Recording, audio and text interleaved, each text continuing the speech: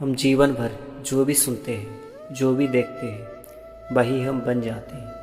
अगर हम अच्छी बातें सुनते हैं तो हमारा स्वभाव भी अच्छा होने लगता है। अगर हम बुरी बातें सुनते हैं, बुरी बातें देखते हैं, बुरे संग में रहते हैं तो हमारा स्वभाव भी बुरा होने लगता है। इसलिए हमेशा अच्छी बातें सुनना चाहिए और अच्छे संग में रहना चाहिए और अच्छी चीज़ें ही देखनी चाहिए। इसलिए आज हम चर्चा करेंगे एक ऐसी कहानी पर जो हमारी ज़िंदगी से जुड़ी है।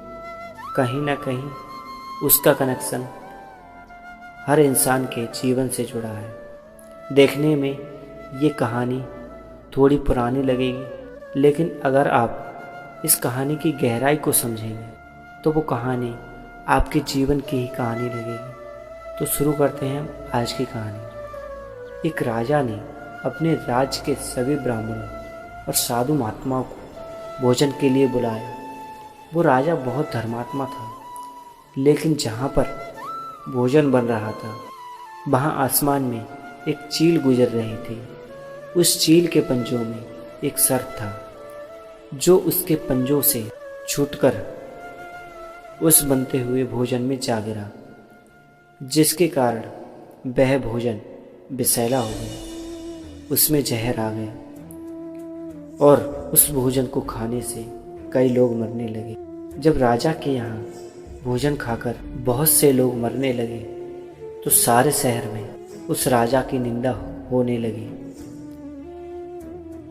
सब उस राजा को गालियां देने लगे, उसकी बुराई करने लगे कि कैसा राजा है, अपने घर ब्राह्मणों और साधु महात्माओं को बुलाकर उनकी हत्या कर दे। बड़ा अधर्मी राजा है।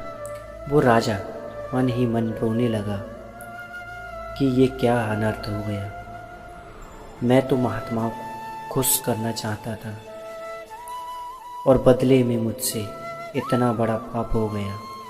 कहानी ये कहती है कि जब ये लोग मरकर जब परलोक में गए तो वहाँ पर चर्चा हुई, इन लोगों की मृत्यु का पाप किसको लगेगा? क्या ये पाप राजा को लगेगा? क्या ये पाप खाना बनाने वालों को लगेगा? क्या ये पाप चील को लगेगा या फिर सर्प को लगेगा? किसका दोष है ये? तो वहाँ पर बैठे किसी विद्वान ने कहा कि ये पाप राजा को नहीं लग सकता, क्योंकि ये राजा को तो पता ही नहीं था कि भोजन में विष मिला हुआ है। और ये पाप खाना बनाने वालों को भी नहीं लग सकता, क्योंकि उन्हें भी इस बात का ज्ञान नहीं था। और ये पाप चील और सर्प को तो लग ही नहीं सकता, क्योंकि उन्हें तो कुछ पता ही नहीं था कि नीचे क्या हो रहा है। फिर सबने प्रश्न किया, फिर ये पाप किसको लगेगा, किसको सजा मिलेगी? तो उस विद्वान ने कहा कि उस नगर में जितने भी लोग उस राजा की निंदा कर रहे हैं, उसकी बुराई कर रहे हैं, इस पाप का फल उन सब लोगों में बटेगा। क्योंकि जब किसी व्यक्ति से अनजाने में कोई दोष हो जाता है, अनजाने में कोई पाप बन जाता है और दूसरे लोग उसकी बुराई करते हैं, उसकी निंदा करते हैं, तो उस पाप का फल करने वालों को नहीं बल्कि उसकी निंदा करने वालों को मिलता है।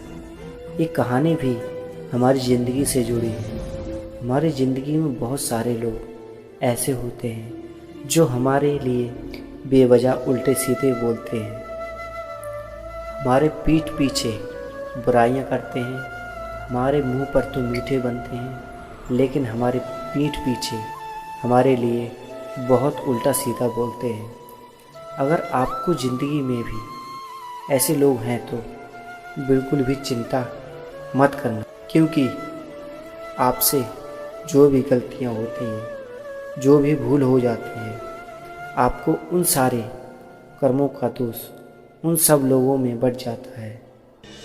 इसलिए अगर आपकी ज़िंदगी में भी ऐसे लोग हैं तो अब बिल्कुल भी चिंता ना करें, क्योंकि आपसे जो गलतियाँ होती हैं, जो भी भूल होती है, आपके उन सारे कर्मों का दोष उन सब लोगों में बढ़ जाता है। इसलिए सत्पुरुषों ने कहा है, निंदक नियरे राखिए आंगन कुटी छवाए। अर्थात जो हमारी निंदा करता है, जो हमारी बुराई करता है, उसको बिल्कुल हमारे घर के पास में रखना चाहिए, क्योंकि वो हमारे हर दोष से मुक्त कर देता है।